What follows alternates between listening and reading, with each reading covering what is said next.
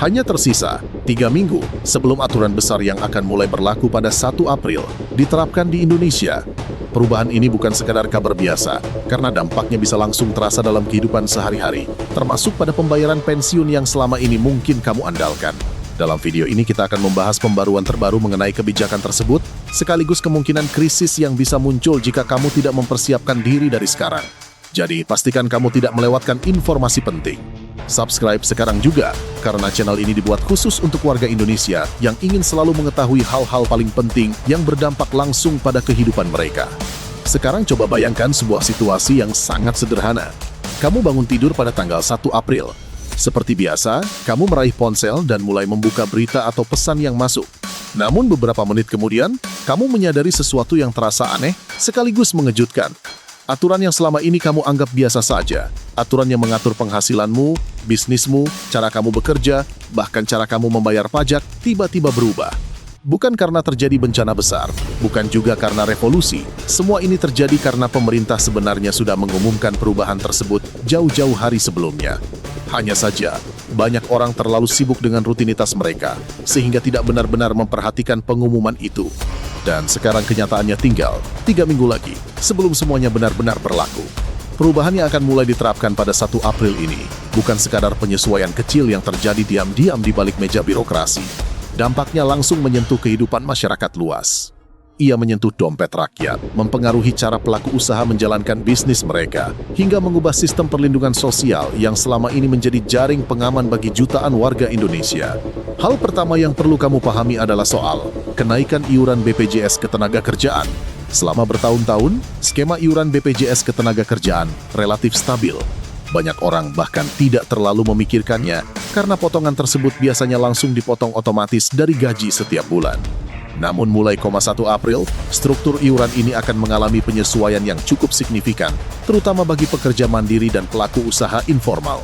Artinya, jika kamu seorang freelancer, pekerja lepas, atau pemilik usaha kecil yang terdaftar sebagai peserta mandiri, kamu perlu mengecek kembali apakah nominal yang selama ini kamu bayarkan masih sesuai dengan ketentuan terbaru. Bisa saja semuanya masih aman.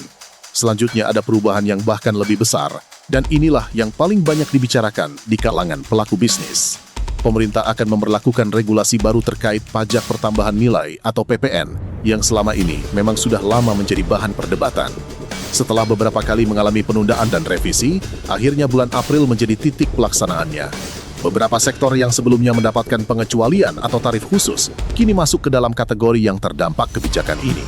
Artinya, jika kamu menjalankan usaha di sektor jasa, sektor digital, atau bahkan industri kreatif yang selama ini menikmati keringanan tertentu, sekarang adalah waktunya untuk benar-benar memperhatikan perubahan tersebut. Duduklah bersama akuntan atau konsultan pajakmu sekarang juga, bukan minggu depan. Namun perubahan yang terjadi bukan hanya soal pajak atau iuran. Ada dimensi lain yang juga sangat penting, yaitu perubahan dalam regulasi ketenagakerjaan yang mempengaruhi hubungan antara pemberi kerja dan karyawan. Beberapa aturan turunan dari Undang-Undang Cipta Kerja yang sebelumnya sempat tertunda kini mulai diterapkan secara bertahap, dan April menjadi salah satu titik krusial dalam proses tersebut. Salah satu perubahan yang cukup signifikan berkaitan dengan kontrak kerja waktu tertentu atau PKWT. Durasi kontrak dan mekanisme perpanjangan kini diatur lebih ketat. Selain itu, ada mekanisme baru terkait sistem outsourcing atau alih daya yang perlu dipahami oleh perusahaan. Jika kamu seorang HRD, manajer, atau pemilik bisnis yang masih menggunakan pola kontrak lama tanpa penyesuaian, perubahan ini bisa menjadi bom waktu yang suatu saat meledak dalam bentuk masalah hukum atau sengketa ketenagakerjaan.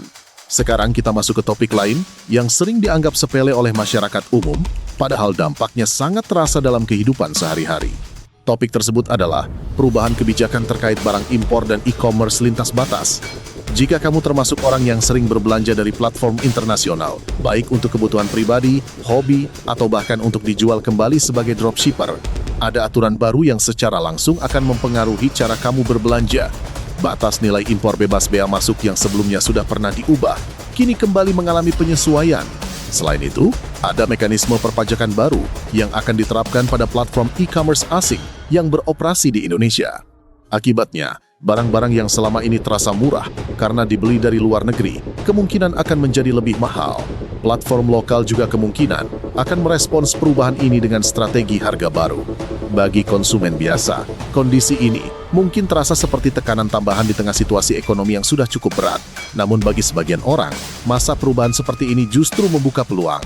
Pelaku bisnis yang cerdas tahu bahwa masa transisi seperti ini sering menjadi waktu terbaik untuk masuk ke segmen pasar baru, menawarkan jasa konsultasi kepatuhan, atau membantu orang lain memahami aturan yang berubah. Jika kamu seorang kreator konten, konsultan, atau profesional di bidang hukum, keuangan, atau bisnis, 3 minggu ke depan bisa menjadi momen emas untuk membangun reputasi dan kepercayaan dari audiens atau klienmu. Di saat banyak orang kebingungan, informasi yang jelas menjadi komoditas yang sangat berharga. Sekarang mari kita bicara tentang sektor yang paling merasakan dampak berlapis dari perubahan kebijakan ini, yaitu UMKM atau usaha mikro, kecil, dan menengah. Di Indonesia, UMKM bukan sekadar kategori statistik. Mereka adalah tulang punggung ekonomi nasional. Lebih dari 90% tenaga kerja Indonesia bekerja di sektor ini, dan UMKM tersebar di hampir setiap sudut wilayah negara ini. Namun ironisnya, mereka juga menjadi kelompok yang paling rentan terhadap perubahan kebijakan. Bukan karena aturan yang dibuat buruk, tetapi karena kemampuan mereka untuk beradaptasi seringkali jauh lebih terbatas dibandingkan perusahaan besar. Seorang pemilik warung kecil yang sekaligus menjadi kasir, akuntan, dan manajer dalam bisnisnya tentu tidak memiliki banyak waktu untuk membaca setiap peraturan menteri yang keluar setiap bulan. Inilah mengapa sosialisasi kebijakan yang efektif sangat penting, meskipun kenyataannya seringkali belum menjangkau lapisan masyarakat yang paling membutuhkannya. Jika kamu menjalankan usaha UMKM, ada beberapa hal yang sebaiknya segera kamu perhatikan. Pertama, pastikan status pajakmu sudah diperbarui, terutama jika kamu masih menggunakan skema PPF final UMKM dengan tarif 0,5%, karena ada perubahan dalam kriteria omzet dan cara pelaporan yang perlu kamu ikuti. Kedua, jika kamu mempekerjakan karyawan, bahkan hanya 1 atau 2 orang saja, pastikan kamu memahami kewajiban baru terkait perlindungan ketenagakerjaan, karena sanksi bagi pelaku usaha yang tidak patuh kini semakin diperketat. Ketiga, perbarui nomor induk berusaha atau NIB milikmu dan pastikan semua izin usaha yang relevan masih berlaku, serta sudah disesuaikan dengan klasifikasi usaha terbaru dalam sistem OSS. Ada satu isu penting lain yang perlu dibahas lebih dalam, yaitu perubahan dalam sistem subsidi dan bantuan sosial. Saat ini pemerintah sedang melakukan proses besar untuk menertibkan data penerima bantuan sosial, dan bulan April menjadi salah satu tahap penting dalam proses tersebut. Jika kamu atau anggota keluargamu menerima bantuan seperti PKH, BPNT, atau subsidi energi, ada kemungkinan status kepesertaan akan diverifikasi ulang menggunakan data terbaru. Bagi jutaan keluarga, hal ini bisa berarti bantuan yang selama ini diterima tiba-tiba berhenti hanya karena ada ketidaksesuaian data, bukan karena mereka tidak layak, tetapi karena data di sistem belum diperbarui. Karena itu sangat penting memastikan bahwa data kependudukan seperti KTP, kartu keluarga, dan data Dukcapil sudah akurat. Jika ada anggota keluarga yang baru lahir, meninggal dunia, atau pindah alamat dan belum diperbarui dalam sistem, sebaiknya segera diurus sekarang juga, agar tidak menimbulkan masalah di kemudian hari. Namun di atas semua perubahan teknis tersebut, ada satu hal yang jauh lebih penting untuk kita bahas, yaitu pola pikir kita sebagai warga negara dalam menghadapi perubahan. Di Indonesia sering muncul fenomena yang bisa disebut sebagai efek April Mop kebijakan. Bukan dalam arti bercanda, tetapi dalam arti bahwa ketika tanggal 1 April tiba dan aturan baru benar-benar berlaku, banyak orang yang baru tersadar dan berkata, "Oh, ternyata ini benar-benar serius." Padahal pengumuman dan rancangan kebijakan tersebut sudah beredar berbulan-bulan sebelumnya. Karena terkadang satu informasi yang tepat pada waktu yang tepat benar-benar bisa mengubah hidup seseorang. Kita hidup di negara yang terus bergerak cepat. Ekonomi berkembang, regulasi terus diperbarui, dan tantangan terus berubah. 3 minggu memang bukan waktu yang panjang, tetapi cukup untuk membuat perbedaan besar antara mereka yang siap dan mereka yang tidak. Dan suatu hari nanti, ketika kamu melihat kembali momen ini, kamu ingin bisa mengatakan bahwa kamu termasuk orang yang tidak hanya mengetahui perubahan itu, tetapi juga bertindak